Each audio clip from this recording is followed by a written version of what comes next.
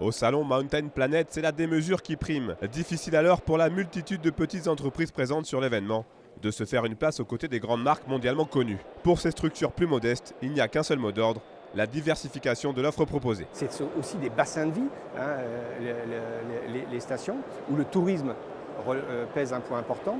Et puis, il y a des enjeux marketing. Hein. Il faut s'adapter aux évolutions des attentes des consommateurs, quels qu'ils soient, et puis faire évoluer l'offre.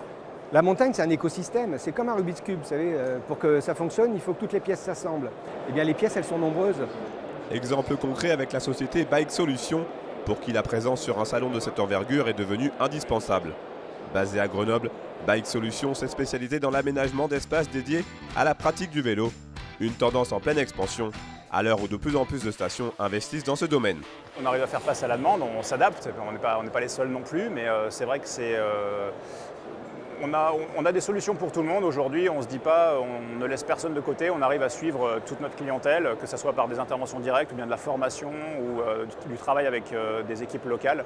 On arrive à satisfaire la demande. Oui. C'est jamais pareil, hein. On ne fait pas des terrains de foot ou des terrains de tennis qui sont tous pareils, nous on fait des pistes de vélo qui s'adaptent à chaque fois à un contexte différent, à une volonté différente, à des terrains différents, avec des dénivelés différents, des forêts différentes, des montagnes différentes. Et c'est ça qu'on trouve sympa aussi. Changement de registre total avec Wise Ride. Ici, on a choisi d'axer l'activité sur le divertissement le plus ludique possible avec la création d'un parc d'attractions en station. Là, c'est vraiment un parc d'attractions qui pourra être piéton avec des objets de glisse comme des tubings qui vraiment proposent justement cette ouverture à un large public et des nouvelles sensations qu'on ne pourrait pas avoir forcément sur des skis. Au final, la cohabitation entre ces deux visions de la montagne est plutôt bénéfique, car les vacanciers se voient ainsi offrir au fil des années une offre toujours plus diversifiée.